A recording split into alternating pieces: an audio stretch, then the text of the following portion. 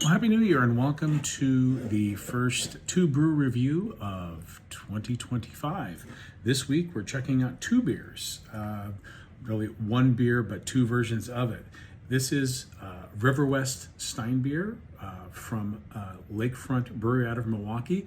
We're going to be sampling both their classic version as well as their NA version.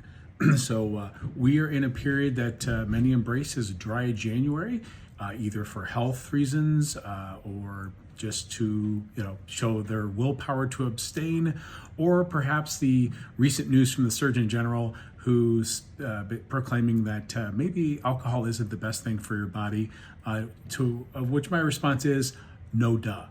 We didn't need the Surgeon General to tell us that. So always enjoy in moderation. But for whatever reason, a lot of people like to use the month of January to abstain from drinking alcoholic beverages. But something that's gained a lot of footing here in the last several years are NA beers, NA cocktails, NA wines, NA spirits. So there is a vastly growing market for NA products that people can enjoy not only in January but throughout the season.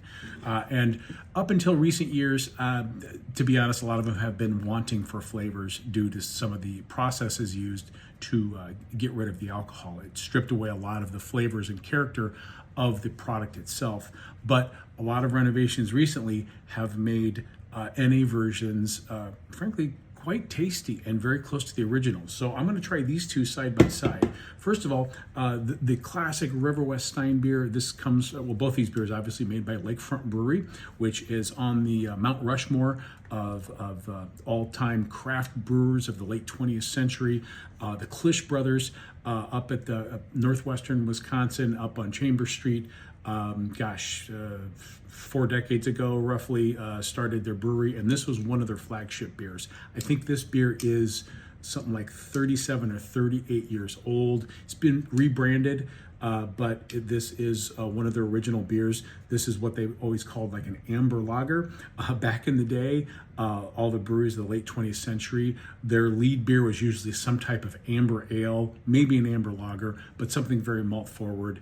The 21st century is when we see the rise of the IPAs, but there was a lot of malty beers and wheat beers that were made in the late 20th century by craft brewers, and this is a goodie. They've rebranded it, I think 5 or 6 years ago, but it's still, I believe, pretty much the same recipe from 38 years prior. And I love the can here, great color combination. This is actually would be considered the skyline along Chamber Street where the original brewery was, which includes residential houses and churches. You've got all kinds of great certifications. You've got the K, which means this is a kosher certified. This B with the circle, that is certified B Corporation, which means that they are an environmentally and socially conscientious business. And of course, you got the independent craft brewer logo. 5.6% alcohol by volume, so that's very on point for a beer of this ilk. So let's go ahead and crack into this one. Of course, you got that awesome copper color pour. Nice kind of a fizzy beige head.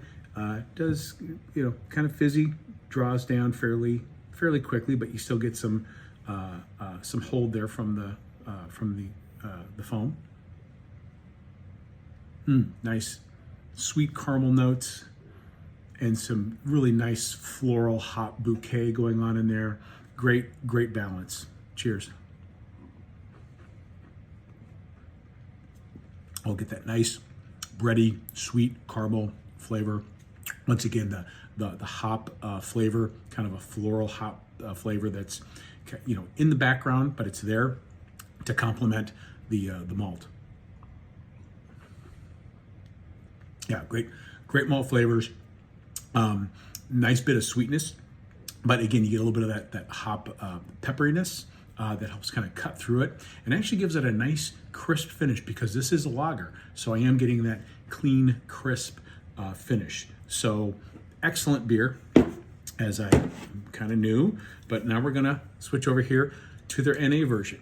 Now, how they process this into NA, I couldn't find out what process they use to strip it of alcohol, but I think technically it has to be less than 5% alcohol by volume to be considered an NA beer, but the branding is practically the same. Yeah, same logo up front, same color design. So other than the big red NA here, it might be pretty easy to confuse the two at your local liquor store. So be careful, and if you're picking up an NA beer, that you're picking up the intended product. So you can see the pour is a little bit lighter in color. I don't know if that comes through, but lighter in color. And man, this is an example of a glass that is not beer clean. Look at all the nucleation and the way that the suds stick to the side of that glass. So that is an example of a non-beer clean glass. Shame on me, but I will somehow power through it.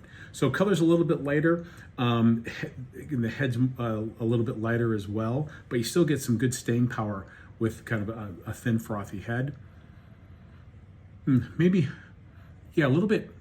Getting a little bit more of the gas, the CO2 in the aromatics, and also getting a little more of a sweet, malty sweet. Not too much of the hops. I feel like it's like Cheerios. Interesting, but still, I'm getting a lot of that malt cereal grain aromatics in the nose. Cheers.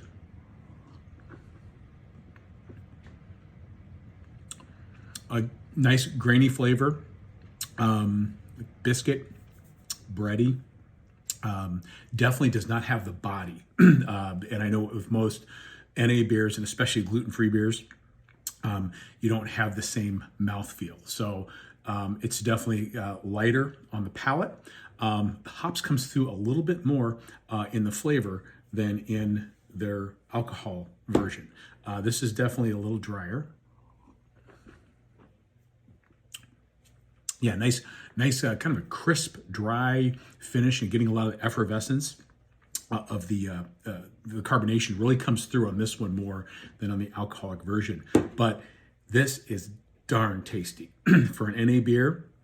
I can and have partaken of these when I want a little non-alcoholic change of a pace, but I want the full-on flavor of the beer. So again, not quite as dense, or it has all the flavor components both on the malt side and the hop side, but still very much a beer.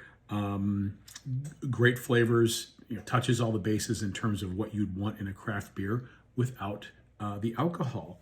So there you go. Do a little bit of experimentation for yourself. Again, there's a lot of NA beers out on the market now, and it seems like there's more out there every year. So if you're looking for an NA option, either this month or any month, check it out. This TBR episode, we're checking out Riverwest Stein, both the regular and NA versions. There you have it. Cheers.